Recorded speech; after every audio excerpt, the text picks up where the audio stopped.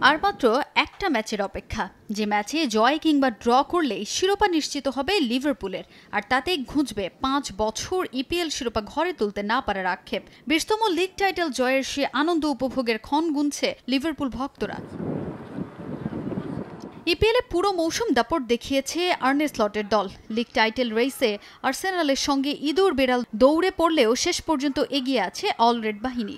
বরং লিভারপুল ৩৩ ম্যাচে ২৪ জয়ে ৭৯ পয়েন্ট নিয়ে টেবিলের ২-এ থাকা আর্সেনালের সঙ্গে ব্যবধানটা করেছে এখন ১৩। ৩৪ ম্যাচ খেলা আর্সেনাল পরের বাকি ৪ ম্যাচে টানা জয় পেলেও লিভারপুলকে টপকে যেতে পারবে না। জয় না পেলেও অন্তত ড্র করে ১ পয়েন্ট তুলে নিতেই হবে অল রেডদের। টাইটেল ডিসাইডার ম্যাচে ঘরের মাঠে লিভারপুল আতিথ্য দেবে টটেনহাম হটস্পারকে। এই ম্যাচের আগে সাম্প্রতিক ফর্ম, পরিসংখ্যান সহ সবকিছুই পক্ষে আছে আর্নে স্লটের দলের। তবে টটেনহামের বিপক্ষে ইএফএল কাপে গেল জানুয়ারিতে হারের ক্ষত পায় লিভারপুল। এই ম্যাচে হোম ভেন্যুর সুবিধা কাজে লাগিয়ে জয় তুলে নিতে মুখিয়ে অল রেডস। এ ম্যাচে কোচ দলের গুরুত্বপূর্ণ সবাইকেই পাচ্ছেন।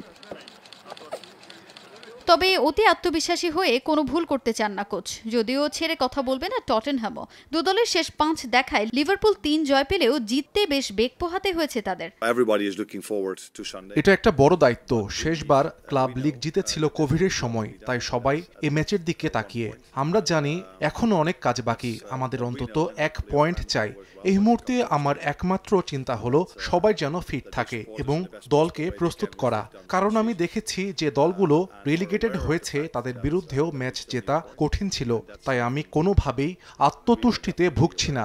আমরা টটেনহ্যামকে ইতিমধ্যে ৩ বার মোকাবেলা করেছি, তাই জানি তাদের হারানো কঠিন।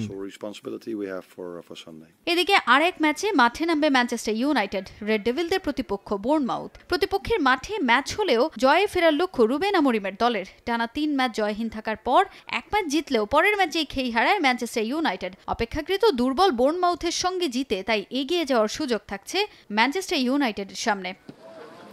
তাজিন খন্দকার, সময় সংবাদ।